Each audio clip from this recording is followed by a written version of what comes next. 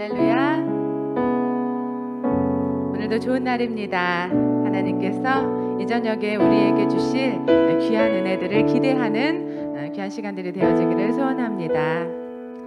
우리의 상황이 어렵고 힘들지라도 그때가 또 하나님께서 우리 안에 일하실 귀한 시간들임을 우리가 기대하며 믿음으로 하나님께 우리 찬양하며 나아가는 귀한 시간 되기를 원합니다.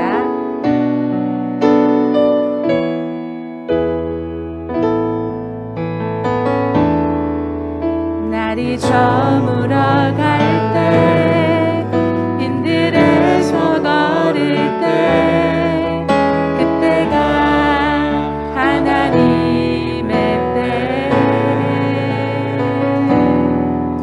내 힘으로 안 될 때 빈손으로 걸을 때 내가 고백해 여호와 이래 주가 일하시네 주가 일하시네 주가 일하시네 주께 아끼지 않는 자에게 주가 일하시네 주가 일하시네 신뢰하며 걷는 자에게 아멘. 우리 모인 이곳에 주님 함께 계시네 누리네 아버지 은혜 적은 떡과 물고기 내 모든 것 드릴 때 모두 고백해 여호와 이래 아멘. 주가 일하시네 주가 일하시네 주께 아끼지 않는 자에게 주가 일하시네 주가 일하시네 신뢰하며 걷는 자에게 날이 저물어 갈 때 날이 저물어 갈 때 힘들어서 걸을 때 그때가 하나님의 때 내 힘으로 안 될 때 빈손으로 걸을 때 내가 고백해 여호와 이래 아멘. 주가 일하시네 주가 일하시네 주가 일하시네 주께 아끼지 않는 자에게 주가 일하시네 주가 일하시네 신뢰하며 걷는 자에게 우리 모인 이곳에 주님 함께 계시네 누리네 아버지 은혜 적은 떡과 물고기 내 모든 것 드릴 때 모두 고백해 여호와 우리 믿음으로 다시 한번 우리 모인 이곳에 주님이 계십니다. 우리 모인 이곳에 주님 함께 계시네 누리네 아버지 은혜 적은 떡과 물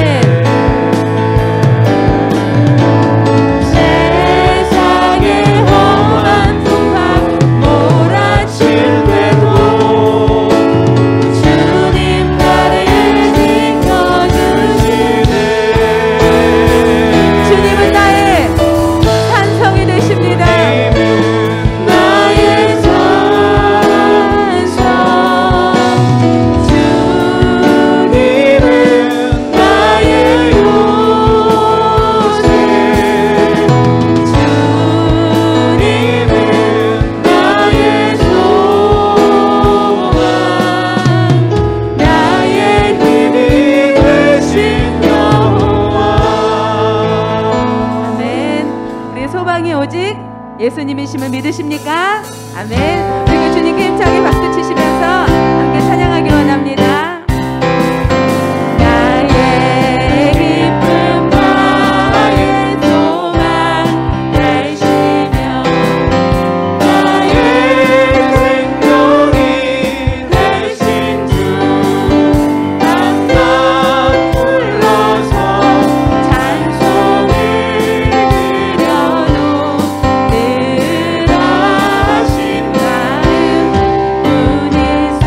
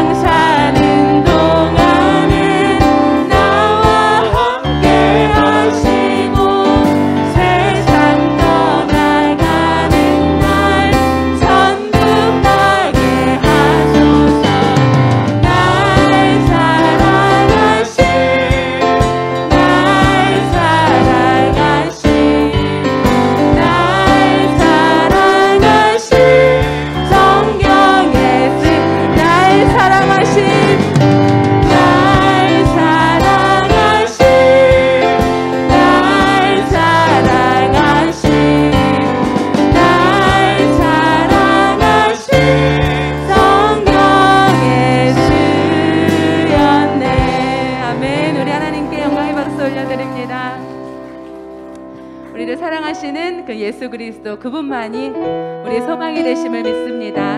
우리가 그 예수 그리스도 이름만 우리가 높여드리며 함께 찬양하기 원합니다.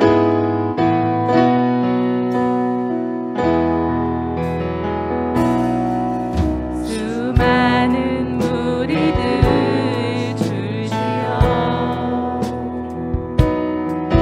그분을 보기 위해 따르네.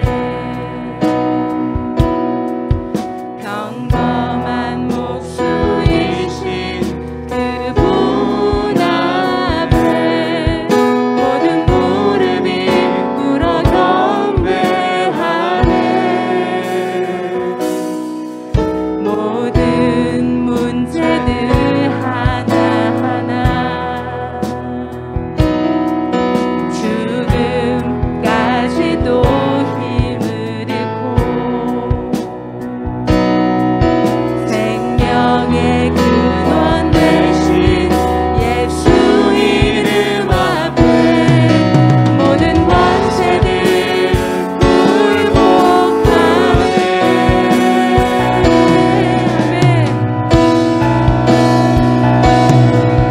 예수 이름 높이세 능력의 그 이름 예수 이름 높이세 구원의 그 이름 예수 이름을 부르는 자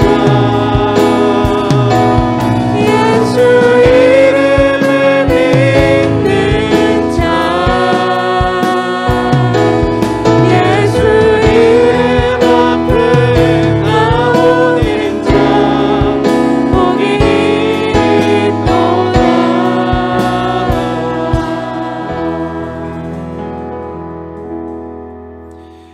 우리 사도신 요로 신앙 고백 드리겠습니다. 전능하사 천지를 만드신 하나님 아버지를 내가 믿사오며 그 외아들 우리 주 예수 그리스도를 믿사오니 이는 성령으로 잉태하사 동정녀 마리아에게 나시고 본디오 빌라도에게 고난을 받으사 십자가에 못 박혀 죽으시고 장사한 지 사흘 만에 죽은 자 가운데서 다시 살아나시며 하늘에 오르사 전능하신 하나님 우편에 앉아 계시다가 저리로서 산자와 죽은 자를 심판하러 오시리라. 성령을 믿사오며 거룩한 공예와 성도가 서로 교통하는 것과 죄를 사하여 주시는 것과 몸이 다시 사는 것과 영원히 사는 것을 믿사옵나이다. 아멘. 할렐루야. 우리 예배나무 모든 성도님을 축복합니다. 오늘 이 시간에 나눔을 가져주실 분은 우리 월곡 1교구의 김명문 집사님 나오셔서 우리 나눔을 해주실 텐데 큰 박수로 우리 환영하도록 하겠습니다.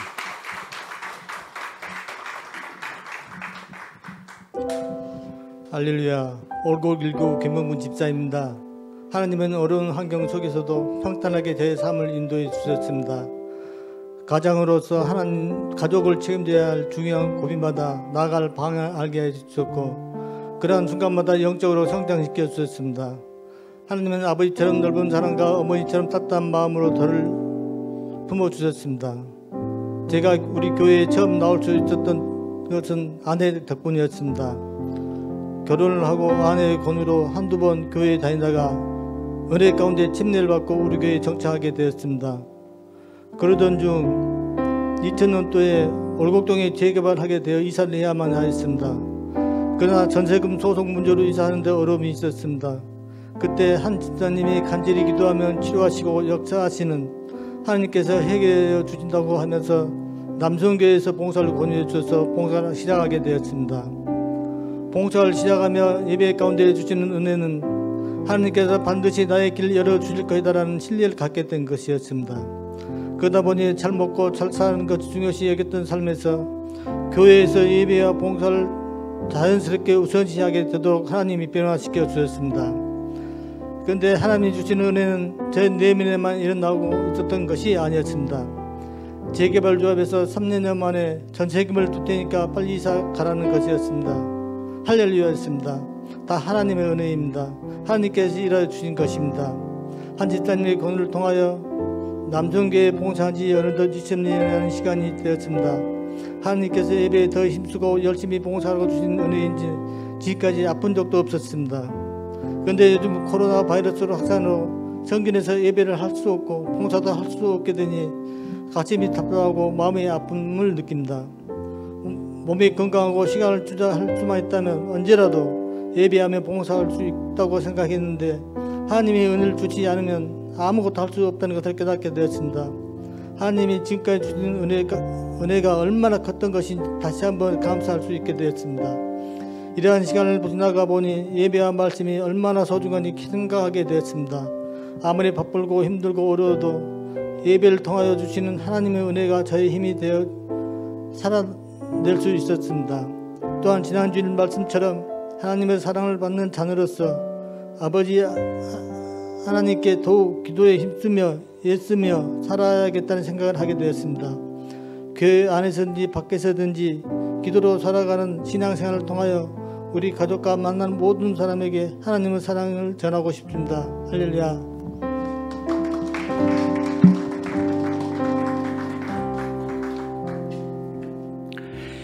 귀한 나눔감 감사드립니다. 우리 수요 저녁 예배는 우리 남성들의 간증을 우리가 또 나누고 있는데요. 우리가 한 주간 동안 하나님의 말씀을 묵상하고 또 하나님의 말씀 가운데 살아간 그 은혜를 우리가 나눕니다. 시작하고 나서 얼마 있지 않아서 또 코로나가 있어서 우리가 남성들이 모이는 것이 조금 더 더디어지는 것 같습니다. 그러나 다음 주부터는 다시 우리 교구 호명을 좀 한번 해볼까 싶습니다. 실은 그 발표가 있었죠. 27일까지 교회 집합 제한 조치라고 하는 명령이 떨어졌습니다. 근데 정말 왜 그럴까요? 지난주에 천주교에서도 뻥 터지고 불교에서도 뻥 터지고 그런데도 불구하고 교회 집합 제한 조치, 그 앞에 교회라고 하는 말을 붙이는 자체가 저는 이것이 온당치 않다라고 저는 생각이 듭니다. 참 어떻게 받아들여야 될지 참 모르겠지만 그러나 어찌하든지 간에 우리 예배하고자 하는 성도님들은 정말 예배하는 자리에서 하나님 앞에 예배하기를 주임으로 축원합니다. 우리는 집합한 게 아니잖아요. 우리는 예배하는 거잖아요. 할렐루야. 우리 하나님 말씀 읽겠습니다. 히브리서 7장 11절에서 19절의 말씀입니다.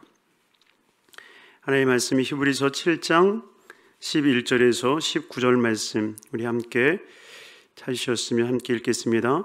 레위 계통의 제사 직분으로 말미암아 온전함을 얻을 수 있었으면 백성이 그 아래에서 율법을 받았으니 어찌하여 아론의 반차를 따르지 않고 멜기세덱의 반차를 따르는 다른 한 제사장을 세울 필요가 있느냐? 제사 직분이 바꾸어졌은즉 율법도 반드시 바꾸어지리니 이것은 한 사람도 제단 일을 받지 않는 다른 지파에 속한 자를 가리켜 말한 것이라. 우리 주께서는 유다로부터 나신 것이 분명하도다. 이 지파에는 모세가 제사장들에 관하여 말한 것이 하나도 없고 멜기세덱과 같은 별다른 한 제사장이 일어날 것을 보니 더욱 분명하도다. 그는 육신에 속한 한 계명의 법을 따르지 아니하고 오직 불멸의 생명의 능력을 따라 되었으니 증언하기를 내가 영원히 멜기세덱의 반차를 따르는 제사장이라 하였도다. 전에 있던 계명은 연약하고 무익함으로 패하고 율법은 아무것도 온전하게 할 이에 더 좋은 소망이 생기니 이것으로 우리가 하나님께 가까이 가느니라. 아멘. 할렐루야. 우리 예배하는 성도님들 예수 이름으로 축복합니다. 하나님께서 예배하는 모든 성도님들을 진정 성령으로 붙잡아 주시고 주의 날개 그늘 아래 품어주셔서 귀하고 복된 삶을 이루기를 주임으로 축원합니다. 오늘 본문의 말씀을 통해서 하나님께 더 가까이 라는 제목으로 말씀을 나누도록 하겠습니다. 지난 시간에 이어서 오늘 이 본문의 말씀이 예수 그리스도께서 왜 제사장으로 세워졌느냐라고 하는 것에 대한 이야기를 오늘 본문에 이어하고 있습니다. 그 이야기의 핵심은 바로 구약에 나타난 멜기세덱에 대한 이야기입니다. 그래서 단 두 번 창세기 14장과 시편 110편에 잠깐 등장한 멜기세덱이지만, 그러나 잠깐 등장한 것 같지만 그를 통하여서 오실 메시아 예수 그리스도가 누군지에 대한 분명한, 예수님이 멜기세덱의 반차를 따를 수밖에 없었던 그 분명한 이유와 그 목적을 오늘 본문을 통하여 말씀하고 있습니다. 이 은혜를 나눌 때 진정 저와 여러분들이 예수 그리스도가 우리에게 어떤 존재인지 다시 한번 깨닫고 예수님을 붙드는 귀한 성도님들의 삶이 되기를 주의 이름으로 축원합니다. 오늘 11절 말씀을 다시 한번 읽고 시작을 합니다. 11절입니다. 레위 계통의 제사 직분으로 말미암아 온전함을 이룰 수 없었으면 백성이 그 아래에서 율법을 받았으니 어찌하여 아론의 반차를 따르지 않고 멜기세덱의 반차를 따르는 다른 한 제사장을 세울 필요가 있느냐. 여기서 우리는 두 가지의 말씀을 주목할 수 있습니다. 첫째는 레위 계통의 제사 직분으로 말미암아 온전함을 이룰 수 있다 없다? 없다라고 하는 말입니다. 레위 계통의 제사장으로는 온전함을 이룰 수 없다라고 하는 거예요. 왜? 만약 이룰 수 있다라고 한다면 11절 후반절에 나와 있는 것처럼 아론의 반차를 따르지 않고 멜기세덱의 반차를 따르는 다른 한 제사장을 세울 필요가 있느냐라고 이야기하고 있다는 것입니다. 여러분은 예수님이 왜 필요합니까? 예수님을 왜 이 세상에 보내셨습니까? 한 가지예요. 인생이 해결할 수 없는, 사람이 해결할 수 없는 그 일을 예수님만이 해결할 수 있기 때문인 줄로 믿습니다. 정말 예수님만이 하실 수 있는 게 뭘까요? 정말 예수님만이 하실 수 있는 것, 바로 그것은 진정 저와 여러분들이 하나님의 백성으로 거듭나고 하나님의 자녀로 거듭나는 것, 바로 이 일들을 위해서 우리의 모든 죄를 씻겨주시고 모든 저주 사망에서 속량케 하여 주셔서 정말 하나님의 축복의 그늘 아래 살게 하시는 것, 바로 이것은 오직 예수 그리스도만이 하실 수 있다는 것입니다.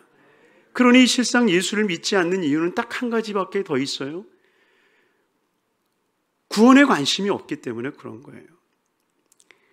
여러분, 실상 예수를 믿을 때는 구원 때문에 예수를 믿지 않는 사람도 많아요. 사실 그렇지 않습니까? 구원 때문에 예수 믿지 않는 사람도 분명히 있습니다. 그러나 여러분들 아셔야 돼요. 구원의 문제에 대한 갈등 때문에 구원의 진리는 예수밖에 없어 해서 예수를 믿기 시작했다면 참으로 귀한 일이지만, 그러나 그런 인생들은 그렇게 많지 않습니다. 대부분이 병 걸려서, 문제가 있어서, 마음에 평안함이 없어서, 그래서 예수를 믿기 시작한 분들이 많다는 거예요. 그런데 시작은 분명히 달랐지만, 그러나 누구를 만나는 겁니까? 예수님을 만나게 되는 거예요. 그리고 예수님을 만나고 보니 그 예수님이 단순히 내 질병, 내 문제만을 해결해 주시는 분이 아니라 정말 근본적인 영혼의 문제를 해결하여 주시고, 그 일들을 통해서 우리가 하나님의 자녀로서 하나님의 천국 백성이 되게 하시는 은혜를 허락해 주신다라고 하는 것입니다. 그러니 여러분이요, 왜 교회가 갈등이 생기고 어려움이 생기겠습니까? 바로 이 영혼의 문제가 사라지기 시작하면요, 교회는 갈등이 생기기 시작하는 거예요. 교회의 가장 큰 관심은요, 영혼 구원에 있습니다. 영혼 구원에 대한 관심이 사라지기 시작하면요, 교회가 갈등이 일어나기 시작하는 거예요. 영혼 구원에 대한 갈망함이, 그 소망함이 일어나면요, 교회에서 왜 분쟁하고 다투겠어요? 분쟁하고 다툴 시간에 나가서 복음 전도해야죠. 그런데 교회 다니는 목적을 세상 사람들과 똑같이 마음의 평안을 얻기 위함 아니냐라고 이야기를 합니다. 여러분, 정말 마음의 평안함을 얻기 위한 것만이라고 한다면 굳이 교회 안 나오셔도 돼요. 이런 얘기하면 안 되죠. 여러분, 요구하는 사람이 왜 요구해요? 마음의 평안함을 얻기 위해서 요가하는 거예요. 음악하는 사람들 보세요. 요즘 트로트가 요즘 유행이라고 그러시대요.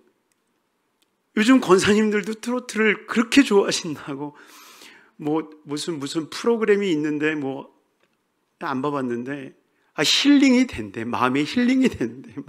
그 이야기대로 사실 트로트가 그렇잖아요. 인생의 처량함과 이런 건 막 얘기하니까 힐링이 된대요. 힐링이.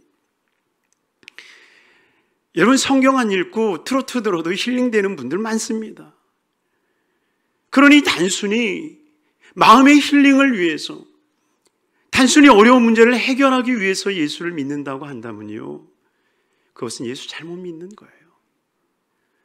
정말 예수님께서는요, 인생의 구원을 위해서, 영혼을 위해서 이 땅에 오셨지, 그 영혼을 위한 그 거룩한 은혜에 어쩌면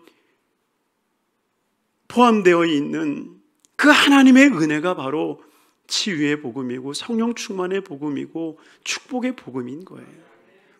그러나 처음과 끝의 복음은 뭐예요? 중생의 복음이고요, 재림의 복음인 거예요. 처음은 중생이요, 마지막은 재림의 복음. 이 복음을 잃고 단순히 그 안에 치료의 복음과 성령 충만의 복음과 축복의 복음만 갖고 있다고 하면요, 시작과 끝이 없는 복음을 지니고 있다라고 하는 것입니다. 그러니 정말 우리는요, 예수님을 믿을 때 영혼에 대한 사모함으로 예수님을 믿을 수 있어야 돼요. 바로 그 영혼에 관심이 없기 때문에 예수님을 믿지 못하는 거예요. 사랑하는 성도님들이요, 정말 우리가 영혼에 대한 관심이 있기를 바랍니다. 예수를 안 믿는 영혼들과 예수를 믿는 영혼 모두를 관심을 갖기를 바랍니다. 그래서 예수를 믿되 정말 중생의 복음과 재림의 복음을 믿을 수 있는 영혼이 될 수 있도록, 그리고 아직도 예수님을 믿지 않는 영혼들에게는 어떤 이유에서이든지 간에 교회에 발걸음을 하고 예수를 믿기를 소망할 수 있는 저와 여러분들이 되기를 주임으로 축원합니다. 그래서 어찌하든지 간에 이 레위의 지파를 통하여서는 결코 이루지 못하는 그것이 있었다라고 하는 겁니다. 그래서 주님께서는 레위 지파로 인하여서 이루어지지 못하는 그 제사장직, 온전해지지 아니하는 그 제사장직을 온전함으로 이루기 위해서 멜기세덱이라고 하는 그 반차를 통해 다른 한 제사장을 세울 필요가 있었다라고 말씀하고 있다는 거예요. 여러분, 우리가 다른 제사장, 어디서 많이 듣는 표현 아닙니까? 예수님께서 보혜사를 보내주실 때에 다른 보혜사라고 표현하시잖아요. 다른 보혜사. 여기서 다른 보혜사라고 하는 것은요, 알로스 파라클레토스라는 말입니다.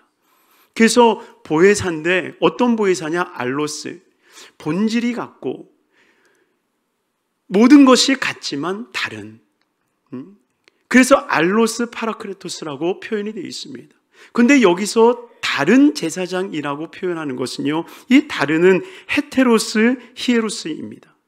히에로스는 제사장이라는 표현이고요, 이 앞에 있는 히테로스라는 말은 다른이라는 말이에요. 다르다.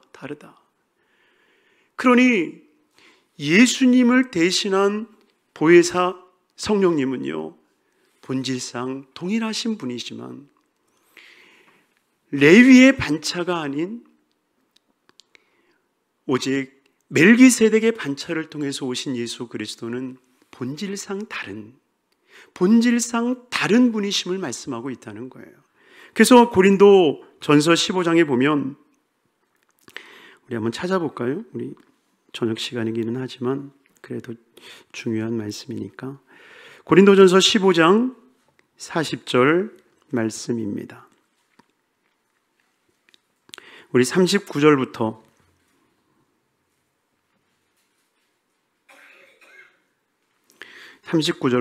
고린도전서 15장 39절부터 우리 한번 읽도록 하겠습니다. 육체는 다 같은 육체가 아니니 하나는 사람의 육체요, 하나는 짐승의 육체요, 하나는 새의 육체요, 하나는 물고기의 육체라. 하늘에 속한 형체도 있고 땅에 속한 형체도 있으나 하늘에 속한 것의 영광이 따로 있고 땅에 속한 것의 영광이 따로 있으니 해의 영광이 다르고 달의 영광이 다르며 별의 영광도 다른데 별과 별의 영광이 다르도다. 다름에 대한 이야기를 하지 않습니까? 육체도 같은 육체가 아니라는 거예요. 사람과 동물의 육체는 다르다는 거예요. 새와 이 물고기의 육체가 다르다는 거예요. 하늘의 영광도 하늘의 영광과 땅의 영광이 다르다는 거예요. 심지어 별과 별의 영광이 다르다고 말하고 있습니다. 다른 거예요. 세상에는 본질상 같은 게 사실은 없습니다.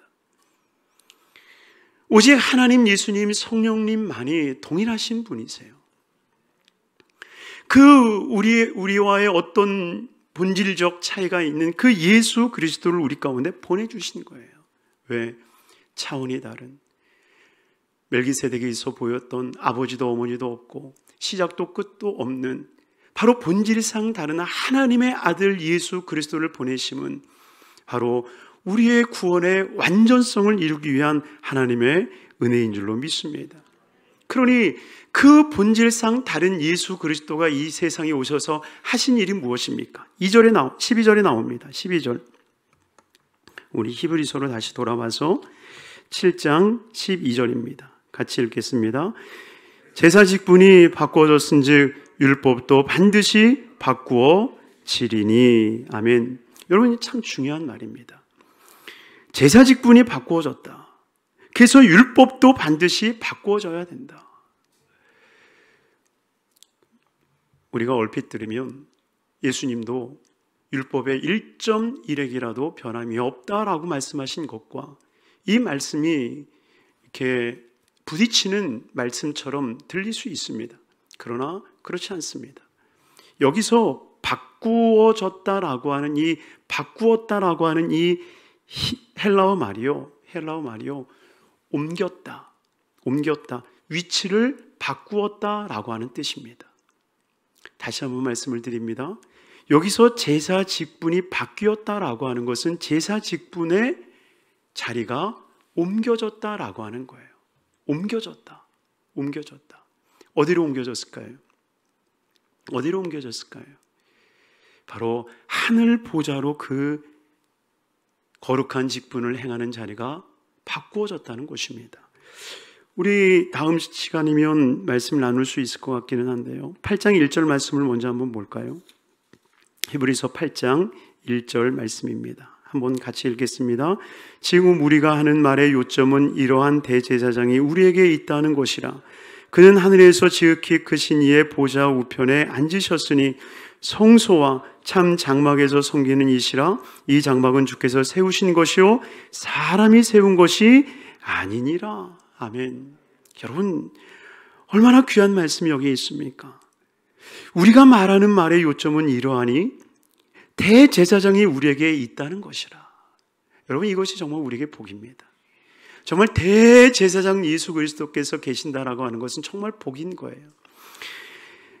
아멘 크게 하셔도 돼요. 아멘 크게 하셔야 되는 거예요. 그는 하늘에서 지극히 크신 이의 보좌 우편에 앉으셨으니, 하늘 보좌 우편에 계신다고 말합니다. 누가? 우리의 대제사장이. 그런데 그 하늘 우편에 계시는데 그 우편이 어떤 곳이라고 말합니까? 성소와 참 장막에서 섬기는 이시라. 대제사장이 원래 장막에서 섬기는 일을 하잖아요. 그런데 이 장막은 주께서 세우신 것이요 사람이 세운 것이 아니니라. 여러분, 이 세상의 장막은 사람이 만든 장막입니다. 그래서 하나님이 다윗이 성전을 지을 때에 하늘이 내 보좌고 땅이 내 발등상이다. 무슨 성전을 지어서 내가 거기에 임하겠냐라는 말씀, 여러분 기억하시죠? 여러분, 어디 사람이 지은 이 자그마한 집에 주님이 머물겠습니까? 이 땅에 하나님의 발등상이 되고 하늘이 하나님의 보좌일진데요. 그런데 오늘 이 본문의 이 8장 1절과 2절 말씀을 보니까요, 하나님이 대제사장직을 수행하시는데 어디서 하느냐? 하늘 보좌에서 하시는 거예요. 하늘 보좌인데 바로 장막이라는 말을 표현합니다. 그 장막 그러면 뭐가 생각이 나요? 이스라엘 백성들이 지켜왔던 성막이 생각이 나는 거죠. 다윗이 언약궤를 보관했던 장막이 기억이 나죠. 시온의 장막. 그러니 바로 그곳에서 대제사장은 1년에 한 번씩 어린 양을 잡으면서 그 피를 받아와서 언약궤 위에, 속죄소 위에 그 어린 양의 피를 뿌리는 겁니다. 그러면 그 피를 뿌려줬을 때에 모든 백성들의 죄가 사하여지는 대속죄일의 은혜가 펼쳐지게 되는 거죠. 그런데 그 일을 주님이 아직도 수행을 하시는데 어디서 수행하시느냐? 바로 하늘 보좌에서 지금 하고 계신다는 거예요. 그러니 레위의 제사장은 1년에 한 번씩 속죄소에 들어갔고, 속죄소에 들어갔다가 대제사장이 하나님이 받지 않는 사람이면 어떻게 돼요? 그 자리에서 죽는 거예요. 그래서 발에 방울을 달아놨다가 소리가 없으면 밧줄을 끌고 끄집어내는 거예요. 그리고 다른 사람이 투입되는 거예요. 감사해요. 그때 안 태어나서. 아마 제가 태어나서 제가 방울 달고 들어갔으면 내가 대제사장이 됐을지는 모르겠지만 방울 달고 들어갔다가 어떻게 됐을지 모르겠습니다. 그런데요, 예수님께서는 매년마다 반복해야 되는 대속죄일, 부정한 대제사장이 들어가면 그 속죄는 무효가 되는 연약함, 그리고 드린 제물이 하나님 보시기에 선하지 않으면 그 핏값을 다시 찾으시는 그 연약한 제사.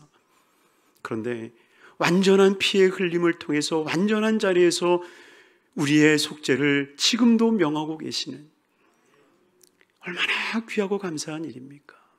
정말 복된 일인 거예요. 그래서 우리가 주의 보좌 앞에 나아간다라고 하는 것은요, 단순히 우리가 성전에 와서 경건한 마음으로 두 손을 모아 하나님 앞에 기도하고 예배하는 거, 이거 정도는 아니에요.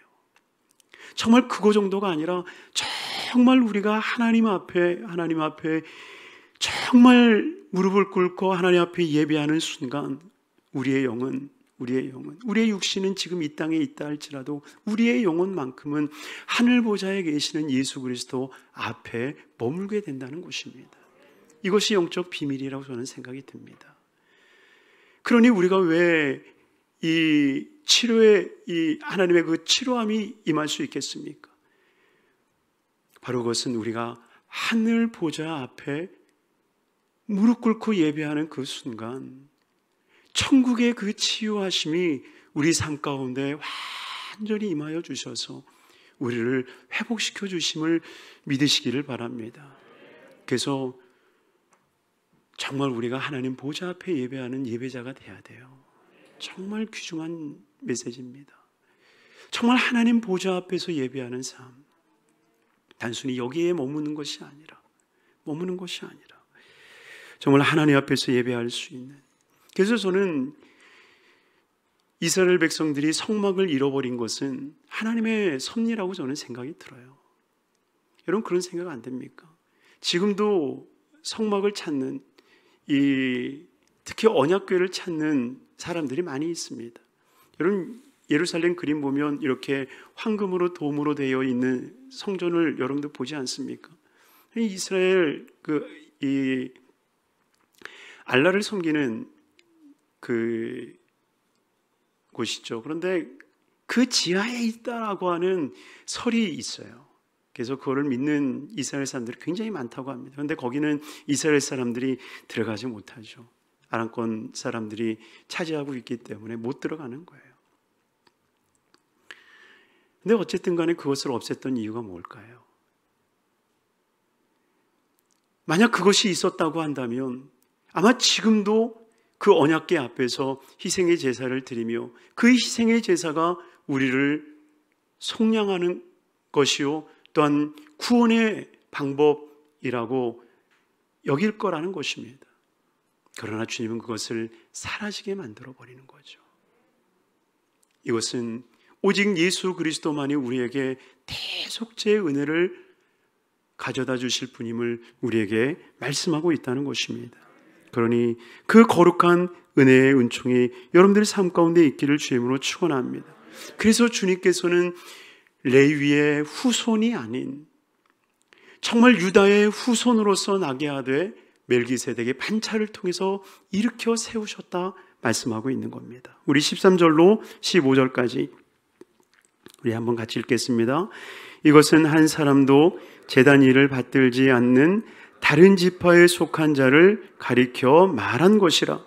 우리 주께서는 유다로부터 나신 것이 분명하도다. 이 지파에는 모세가 제사장들에 관하여 말한 것이 하나도 없고 멜기세덱과 같은 별다른 한 제사장이 일어난 것을 보니 더욱 분명하도다. 여러분 14절 후반에 보면 모세가 제사장에게 관하여 말한 것이 하나도 없다.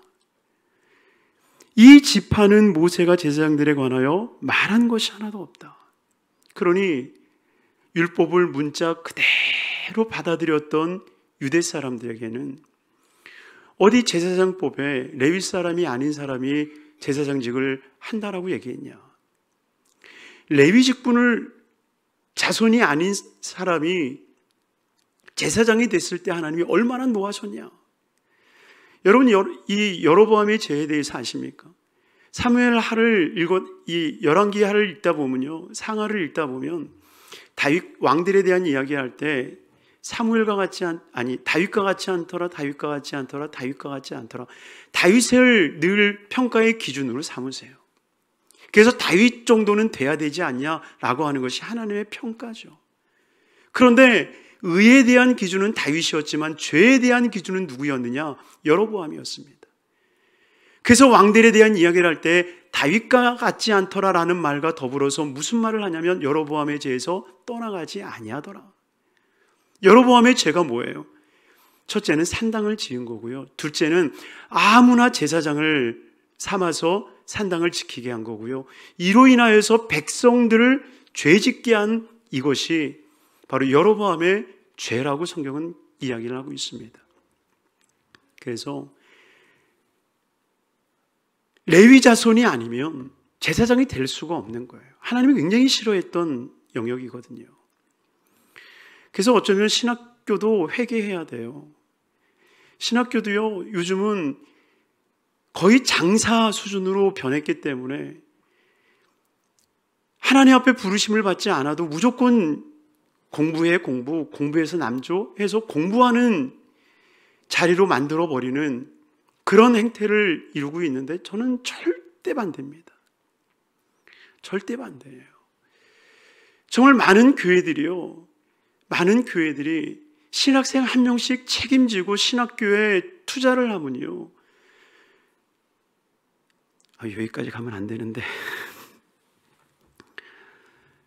이 양 말 나온 김에 정말요, 좀 그래도 중대형 교회들이요, 신학교를 1년에 한 번씩 후원하고 지원하면요, 신학교는 사람이 없어도 운영이 돼요. 근데 지금 신학교가 재정에 허덕이는 이유가 뭔지 아세요? 학교 인원수가 제가 정확한 기억은 안 나는데 한 2,000명 이상이 되지 않으면요, 사실 자립하기가 어렵다고 그래요. 그러니 끼케야 몇백 명 되는 신학교에서 자립하기가 쉽겠습니까? 교회 지원도 떨어지고 그러니까 아무나 와서 신학하게 하고 아무나 사역자를 만들어 버리는 거예요. 여러분, 저는 이게 하나님 보시기에 이 한국 교회에서 일어나는 가장 악한 것 중에 한 가지라고 저는 생각이 들어요. 왜 여기까지 나갔는지는 모르겠습니다. 네, 정말 신학교도 살려야 되고요, 신학교를 다니는 신학생들도 살려야 돼요. 정말 중요한 일입니다.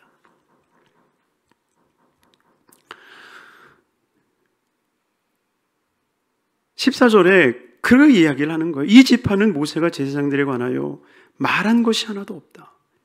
그러니 유대 사람들은 레위 사람이 아닌데 어떻게 유다 사람이 대제사장이라고 이야기를 하느냐, 말도 안 된다라고 얘기를 하는 거예요. 그런데 15절에 나와 있죠. 멜기세덱과 같은 별다른 한 제사장이 일어난 것을 보니 더욱 분명하도다. 바로 하나님께서 레위라고 하는 제사장직이 있기 직전 아브라함, 그 아브라함에게 누구를 보내요? 멜기세덱을 보내잖아요. 그 멜기세덱을 보내고 그 멜기세덱을 통하여서 아브라함의 모든 속죄와 또한 모든 축복의 은혜를 부여하는 것을 보여줍니다. 그러니 멜기세덱은 분명히 레위 자손이 아니지 않느냐, 아직 레위는 태어나지도 않지 않았느냐. 그러니 그 멜기세덱은 하나님이 세우신 제사장이요, 하나님의 거룩한 왕 아니냐. 바로 그 직분의 계통을 이으신 분이 바로 예수 그리스도시다, 이것을 증명하고 있다는 것입니다. 그러니 정말 예수님만이 정말 우리의 모든 죄를 사하시고 우리의 모든 축복과 은혜를 허락하여 주시는 줄로 믿습니다.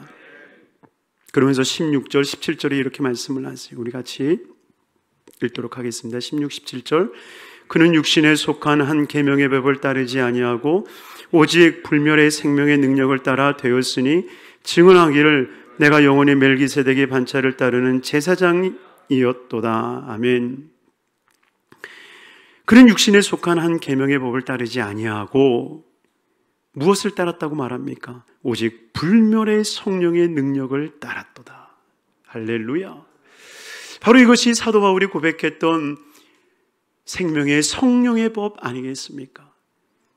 레위는 모세가 받은 율법을 따라서 이 직분을 감당했지만, 그러나 그 율법이 주는 것은 무엇입니까? 오라 나는 공고한 자로다. 이 사망의 법에서 누가 나를 해방하겠느냐? 결국 율법이 우리에게 주는 것은 압박과 죄의 묶임 속에 있게 하더라는 것입니다. 그러나 사도 바울이 깨닫게 된 것은 생명의 성령의 법만이 우리를 자유케 하여 주시고 오직 하나님의 은혜 가운데 살게 하시는 복을 허락해 주시더라는 겁니다. 그러니 진정 저와 여러분들의 삶에 예수 그리스도께서 행하셨던 이 생명의 성령의 법, 오직 불멸의 생명의 능력을 따라 살아갈 수 있는 삶이 되기를 주의 이름으로 축원합니다. 오직 성령이 아니면 보이지 않는 것들이 있는 거예요. 여러분, 우리 이 멜기세덱에 대한 이야기를 좀 정리하면서 우리 창세기 14장을 한번 보고 말씀을 맺도록 하겠습니다. 창세기 14장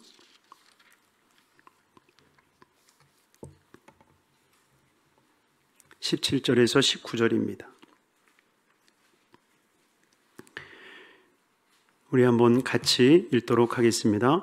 아브라함이 그돌라오멜과 그와 함께한 왕들을 쳐부수고 돌아올 때에 소돔왕이 사엘 골짜기 곧 왕의 골짜기로 나와 그를 영접하였고 살레막 멜기세덱이 떡과 포도주를 가지고 나왔으니 그는 지극히 높으신 하나님의 제사장이었더라.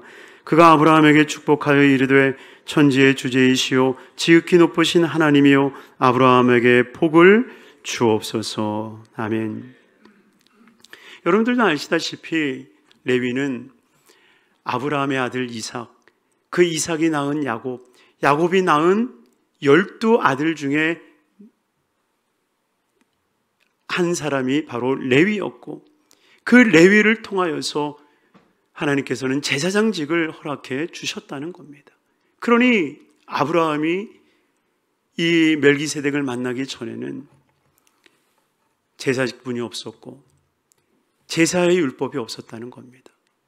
그럼에도 불구하고 그가 믿음의 조상이 되고 믿음의 조상이 되어서 정말 이스라엘 백성들이 나는 아브라함의 후손이다, 다윗의 후손이다 말할 수 있게 되었던 이유는 바로 이 멜기세덱 때문이었다는 겁니다.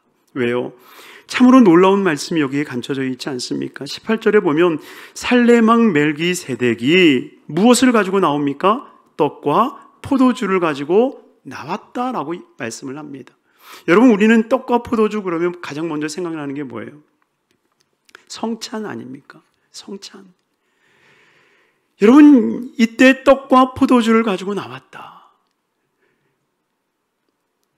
여러분, 이것이 바로 오실 예수 그리스도, 그분이 우리에게 주실 생명의 떡과 우리의 모든 죄를 사하시는 그 보혈의 피를 이미 아브라함에게 허락하셨음을 보이고 있는 것 아니겠습니까? 예수님도 십자가 달리기 직전에 이미 제자들에게 떡을 떼시면서 포도주를 주시면서 살은 이 떡은 내 살이요 이 포도주는 내 피라. 예수님이 십자가 달리기 직전 성찬을 하셨던 것처럼 이미 그 오래전에 이미 아브라함을 데리고 이 성찬식을 거행하시는 것을 보여주고 계신다라고 하는 거예요. 그래서 참 성찬식은요, 은혜가 있는 것이고요, 정말 깊은 영적 통찰력을 주는 것임을 기억하시길 바랍니다. 이러한 사건이 있은 뒤에 19절에 보니까 그가 아브라함에게 축복하여 이르되 천지의 주제이시오 지극히 높으신 하나님이요 아브라함에게 복을 주옵소서. 여러분, 실상 제사장이 하는 두 가지의 직분은 속죄와 축복권입니다. 근데 이 속죄와 축복의 순서를 우리는 잘 주목하셔야 돼요.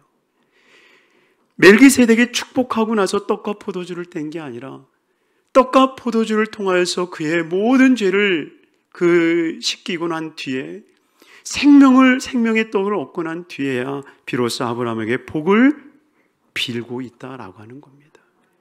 그러니 우리가 진정 하나님의 이 거룩한 속죄의 은혜에 들어가야 정말 우리 그 다음 인생이 펼쳐지게 되어 있다라고 하는 것입니다.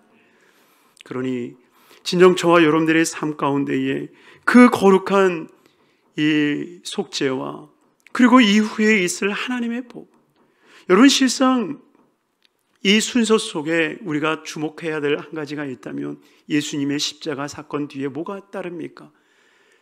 바로 오순절 성령 다락방, 성령의 역사가 있지 않습니까? 그러니 대속죄의 역사가 있은 뒤에야 하나님께서 우리에게 주시고자 하시는 진정한 복, 성령을 우리에게 부어주신다라고 하는 거예요. 그러니 대속죄의 은혜와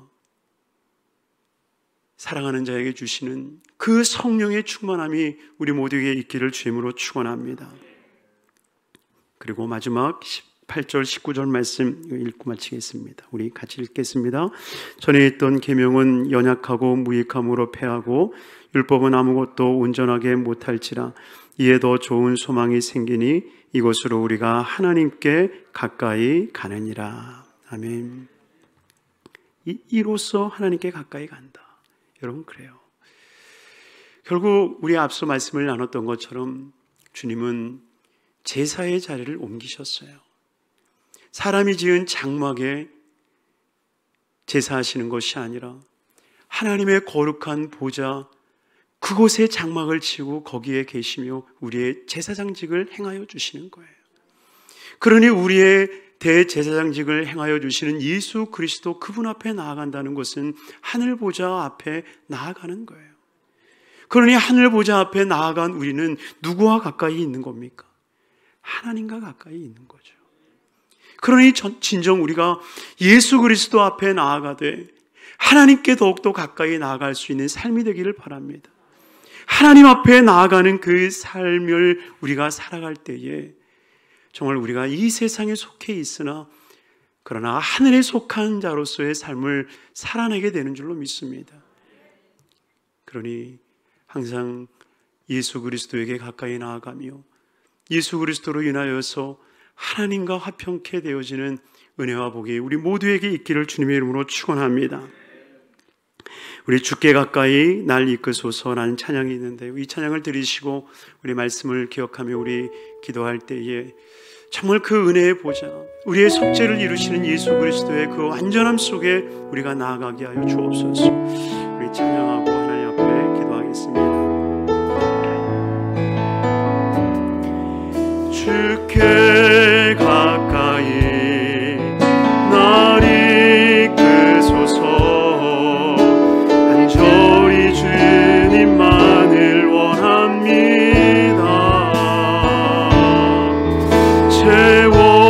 채워주소서. 주의 사랑을 진정한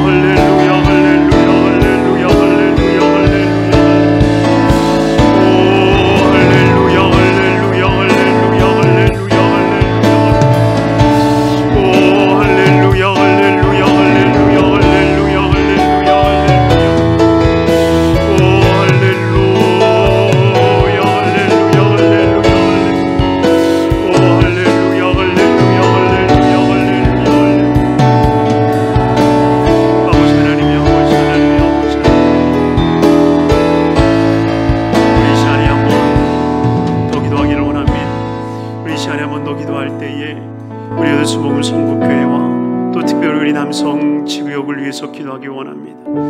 우리 남성 지구역이 너무나도 연약하여져 있고 지구역 예배드리지 않는 것이 너무나도 일상이 되어버린 이 때에 우리가 힘을 다하여서 우리 남성들이 모이게 하여 주옵소서. 그래서 우리 남성들로 인하여서 직장의 복음화가 이루어지고 그 직장의 복음화가 이 사회를 정화시키며 또한 이 나라를 변화시킬 수 있는 통로가 되게 하여 주옵소서. 우리 지구역장님들의 사명이 다시 한번 불같이 일어나게 하여 주시고 이 사명을 귀히 여기는 우리 지구역장들 남성들 되게 하여 주옵소서. 우리 주의 삼창호 통소로 기도하겠습니다.